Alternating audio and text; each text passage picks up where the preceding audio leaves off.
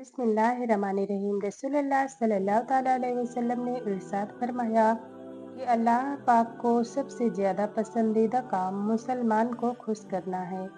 पूछा गया कि जन्नत कितनी दूर है? आपने फरमाया कि जन्नत 2 कदम पर है। पहला कदम नफ्स पर रख दो, दूसरा कदम जन्नत में होगा। रसूलुल्लाह सल्लल्लाहु ताला अलैहि वसल्लम ने इरशाद फरमाया कि जब तुम बीमार के पास जाओ तो तुम अपने लिए दुआ की तलब किया करो, क्योंकि बीमार की दुआ ऐसे कबूल होती है जैसा कि फरिश्तों की दुआ।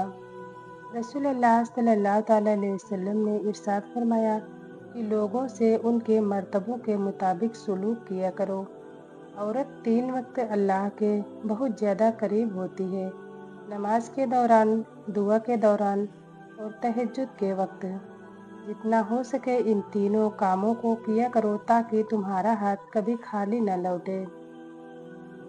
रसूलुल्लाह सल्लल्लाहु ताला अलैहि वसल्लम ने इरशाद फरमाया कि लोगों के ऐब न खोलो, वरना अल्लाह तबारक व तआला आपको जलील और रुस्वा कर देगा। अपनी तारीफ करना आदमी को अंधा और बहरा बना देता है।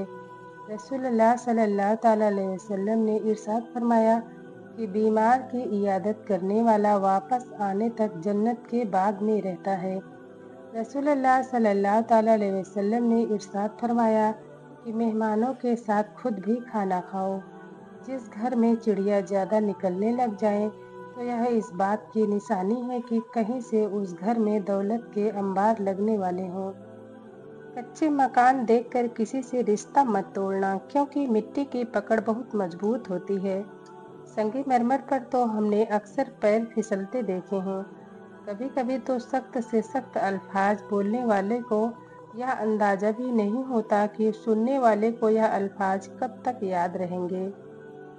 रसूलुल्लाह सल्लल्लाहु ताला अलैहि वसल्लम ने फरमाया, बेशक रात में एक ऐसी घड़ी है कि उस वक्त कोई मुसलमान शख्स दुनिया और आखिरत की जो भी चीज़ अल्लाह तबारक व तआला से मांगता है तो वह उसे वही चीज़ अता फरमा देता है, और यह हर रात होता है। सोच समझकर ज़िंदगी गुजारो, क्योंकि जो आज मिट्टी के ऊपर करोगे कल मिट्टी के नीचे उसका हिसाब भी देना पड़ेगा। नाजरीन, इन तरह की औरतों से कभी भी शादी न करना, वरना आपके घर में रहमत के फरिश्ते नहीं आएंगे। आपका घर तबाह बर्बाद हो जाएगा, उस घर में रहने वाला हर इंसान तबाही के दलदल में फंस जाएगा। क़यामत के दिन उसे बहुत बड़ी शर्मिंदगी का सामना करना पड़ेगा। ये 3 गुनाह अल्लाह ताला को बहुत ज़्यादा नापसंद हैं। नंबर 1, गुस्ल फर्ज होने के बाद भी गुस्ल ना करना। नाज़रीन, जिस घर में नापाक औरत रहती हो वहाँ रहमत के फरिश्ते नहीं आते, वहाँ रोजी में बरकत नहीं होती। नापाक बदन के साथ एक 22 साल की लड़की ने किसी आलिम से पूछा कि हजरत, मेरी माँ मेरी शादी करने वाली है, फला तारीख को मेरी शादी है, तो आप मुझे गुस्ल करने का सही तरीका बता दें, इस्लामी तरीका समझा दें। हजरत ने उस लड़की से पूछा कि आपकी उम्र कितनी है?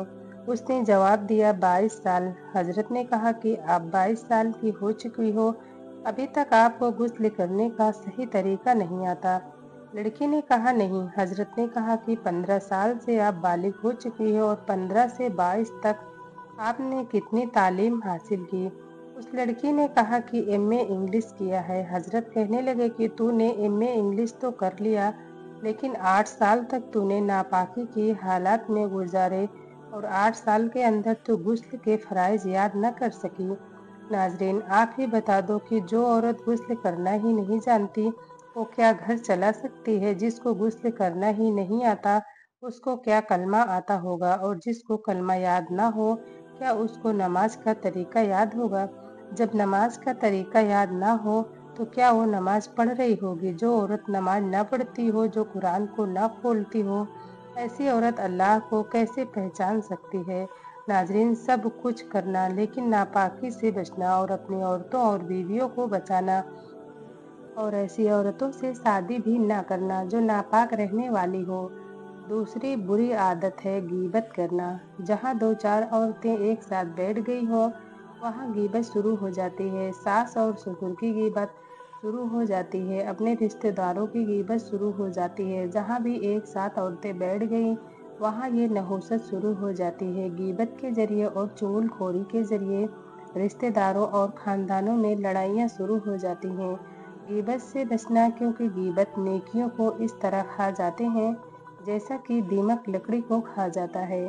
नंबर 3, बात पर नाशुक्री करने वाली औरत। एक मर्तबा एक औरत किसी आलिम के पास आई।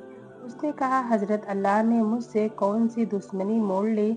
फला औरत को 2-4 बच्चे दिए, अल्लाह ने मुझे कुछ भी न दिया और मेरा तो कोई बेटा भी नहीं। मैंने अल्लाह का क्या बिगाड़ा? नौज़ बिल्लाह, कितने दिनों से मैं दुआएं मांगती हूँ, अल्लाह ताला मेरी दुआएं सुनता ही नहीं। आज के बाद मैं अल्लाह से कुछ भी नहीं मांगूंगी। इस तरह के नाशुकराना अल्फाज बार बार दोहराना। वो आलिम दीन इसकी सारी बातें सुनकर कहने लगे कि ये औरत, इस तरह की बातें अल्लाह ताला के बारे में ना कहा करो और इस तरह का लहजा अल्लाह के बारे में अच्छा नहीं लगता। इन 3 बुरी आदतों से बाज आ जाओ, वरना याद रखना, इस तरह की 3 बुरी आदतें आपको सीधा जहन्नुम में ले जाने का सबब बन जाएंगी। और हरगिज ऐसी औरतों से शादी मत करना जिसमें इस तरह की आदतें हों। हदीस में आता है कि रिश्ता करने में माल, खूबसूरती, हस्ब नसब और दीनदारी में से दीनदारी को तरजीह हो।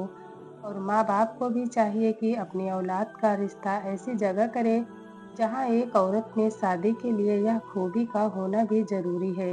ये औरत के अंदर इतनी सलाहियत जरूर हो कि वो शादी के बाद शौहर के घर को अच्छी तरीके से मैनेज कर सके और उसको चला सके। बच्चों को बेहतरीन तरबियत करने वाली भी हो, घर में रहने वाले बड़े यानी शौहर के माँ बाप की कदर करने वाली भी हो, इनकी देखभाल करने वाली भी हो और मेहमानों का इस्तकबाल करने वाली भी हो।